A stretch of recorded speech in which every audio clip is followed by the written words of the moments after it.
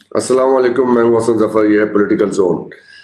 آج خیبر پختونخوا میں ایک دہشت گرد حملہ ہوا ہے جس کے نتیجے میں وہاں پہ ایک شہادت ہوئی ہے۔ تفصیلات آپ کو دیتے ہیں۔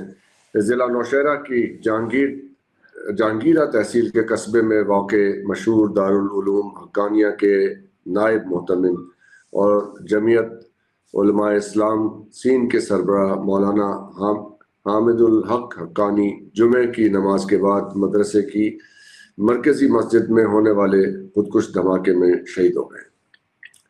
مولانا صاحب 2002 میں نوشہرہ کے حلقہ 2 NA 6 سے منتخب ہوئے تھے قومی اسمبلی کے ممبر۔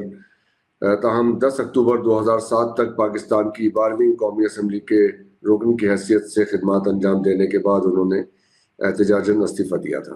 نومبر 2018 میں اپنے والد اور دارالعلوم حقانیہ کے سربراہ مولانا سمیع الحق کے قتل کے بعد مولانا حامد الحق حقانی نے جمعیت علماء اسلام سین کی باغ ڈور سنبھالی تھی۔ مولانا سمیع الحق کو راولپنڈی میں ان کی رہائش گاہ پہ متعدد بار چاقو کے وار کر کے قتل کیا گیا تھا۔ افغان جنگ کے دوران بیشتر افغان طلباء نے اسی مدرسے سے تعلیم حاصل کی تھی اور بعد میں تحریک طالبان کی بنیاد بھی رکھی گئی تھی۔ ذرائع کے مطابق مقتول مولانا حامد الحق حقانی اس پاکستانی وفد کا حصہ تھے جنہیں عنقریب افغان طالبان سے مذاکرات کے لیے افغانستان جانا تھا۔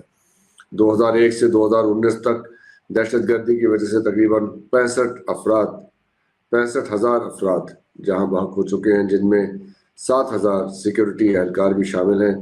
مالی نقصانات کے حوالے سے اس دوران میں پاکستان کو تقریباً $65 بلین کا نقصان برداشت کرنا پڑا ہے۔ اس کے ساتھ جڑا ہوا ہے معاملہ جو گزشتہ سالوں میں بلوچستان میں ہوتا آ رہا ہے۔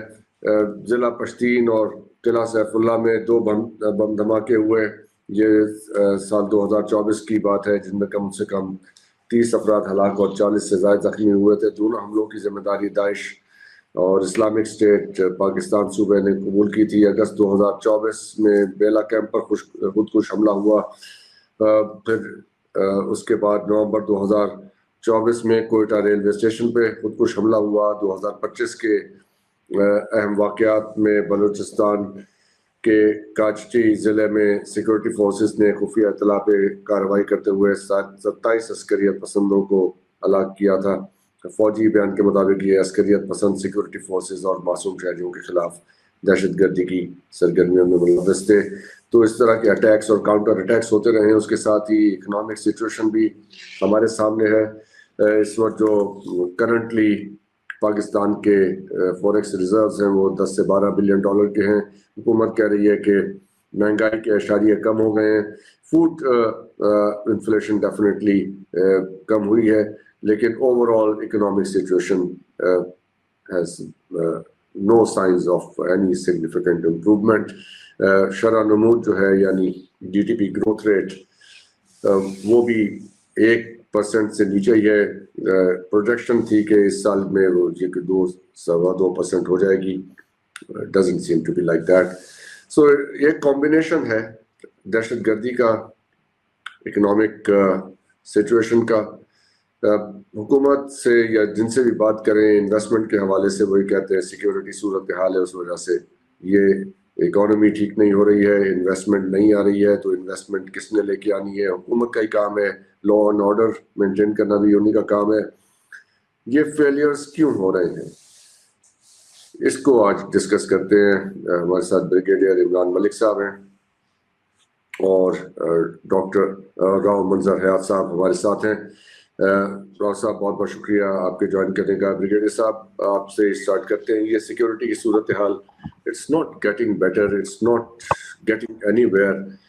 ایک واقعہ بھلا نہیں پاتے، دوسرا واقعہ ہو جاتا ہے۔ جی بہت نوازش ڈاکٹر صاحب آپ نے اپنے پروگرام میں شامل کیا۔ دیکھیں Pakistan has been under terrible wave of terrorism for a very long time now, اور ہماری جو 2 ویسٹرن پروونسز ہیں بلوچستان اور KP، یہ خاص طور پر دہشت گردی کی شکار رہی ہیں، اور یہ ساری دہشت گردی جو ہے زیادہ تر 95% تو افغانستان سے ایمنیٹ کرتی ہے اور چند ایک اس کے جو واقعات ہوئے ہیں وہ ایران سے بھی ایمنیٹ ہوئے ہیں یا وہاں سے بھی ان کی بیس ملی ہے ہمیں. تو ابھی ہمیں یہ دیکھنا ہے کہ یہ ساری جو ٹیررزم کی ویو ہے یہ پاکستان کے خلاف اگر آ رہی ہے تو یہ کیسے آ رہی ہے. دیکھیں ابھی سب سے پہلے ہمیں یہ بات اگر ہم دیکھیں تو اتنے میسو اسکیل کے اوپر اور اتنی دیر تک اتنے لمبے عرصے تک ایک ٹیررزم کی ویو کو مینٹین کرنا یہ آسان کام نہیں ہے. آپ اس کو فائنینشلی ہی اس کو مینٹین یا سسٹین نہیں کر سکتے ہیں. تو اس کے لیے یقینی طور پر کوئی بہت بڑی آرگنائزیشن اس کے پیچھے ہونی چاہیے جس کی بہت زیادہ فائنینشیل ریسورسز ہوں. تو اس حساب سے جو ابھی تک سب کے سامنے آتا بھی رہا ہے کہ اس کے اندر ہوسٹائل انٹیلیجنس ایجنسیز جو ہیں دے آر انوالوڈ. ورنہ اگر ایک بھی کوئی آپ گروپ لے لیں کوئی بھی کسی بھی گروپ کو آپ لے لیں اس کو چند ہزار لوگوں کو مینٹین کرنا, ان کو ہتھیار دینا, ٹرین کرنا, کھلانا پلانا, ٹھہرانا, ان کو تنخواہیں دینا, ان کے گھروں میں پیسے پہنچانا, ان کو مینٹین کرنا, پھر موٹیویٹ کرنا, پھر لانچ کرنا, ٹارگیٹس چوز کرنا, ٹارگیٹس کی چوز کر کے ان کے اٹیک کی ٹائمنگ کو چوز کرنا اور بتانا کہ کون سے ایفیکٹس ہم نے لینے ہیں. یہ سب ایک بہت ہی آرگنائزڈ طریقے سے ہو سکتا ہے اور اس کے لیے ایک well established well organised hostile intelligence agency ہی یہ کام کر سکتی ہے. اور ہمیں اس میں کوئی شک نہیں ہے کہ کون کون سی ہوسٹائل ایجنسیز ہیں جو کہ یہ سب کام کر رہی ہیں. اب آپ بات اگر ہم ٹیررسٹ کی بات کریں تو یہ کہ دو تین بلکہ بہت کلیئر گروپس سامنے آتے ہیں. اگر ہم آئی ایس کے یا داعش کو دیکھیں تو ان کا آبجیکٹیو ہے ایک یہاں پہ اسلامک اسٹیٹ آف خراسان بنانا. جو بی ایل اے اور بی آر اے ایس وغیرہ جو ہیں وہ بلوچستان کے اوپر زیادہ کنسنٹریٹڈ ہیں اور وہ ان کی ساری جو دہشت گردی ہے وہ بلوچستان اور اس کے معاملات کے ساتھ ہے. پھر ٹی ٹی پی ہے یا فتح الفارج جس کو ہم کہہ رہے ہیں آج کل, ان کے اپنے مقاصد ہیں.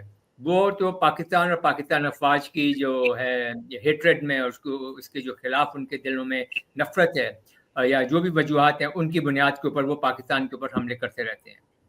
تو یہ مختلف قسم کے ان کے ہیں آبجیکٹیوز اور ہمیں ابھی تک یہ سوچنا چاہیے کہ یہ آبجیکٹیوز انڈیپینڈنٹلی ہی یہ فالو کر رہے ہیں. پاکستان کے لیے سب سے خطرناک بات وہ ہوگی جب یہ اپنے آبجیکٹیوز کو ملانا شروع کریں گے, when their objectives start converging. اور جو میں ایک دفعہ اس پہ میں لکھ بھی چکا ہوں کہ the worst case scenario for Pakistan could be کہ بلوچستان میں for example B L A جو ہے وہ سی پیک اور پاکستان کی گورنمنٹ کے جو ہیں پروجیکٹس ان پہ حملہ کرے اور یہ ٹی ٹی پی یا فتح الخوارج جو ہیں اور آئی ایس کے وغیرہ جو ہیں یہ سیکٹیرین جو ایلیمنٹس ہیں ان کے اوپر حملہ کریں اور یہ دونوں ان کو اس طرح سے کوآرڈینیٹ کریں کہ ایک ساتھ یہ کام کریں اور پاکستان کی جو رسپانس آپشنز ہیں ان کو اوور ویلم کر لیں. اور یہ اگر خالی بلوچستان تک رکھیں تو بہت خطرناک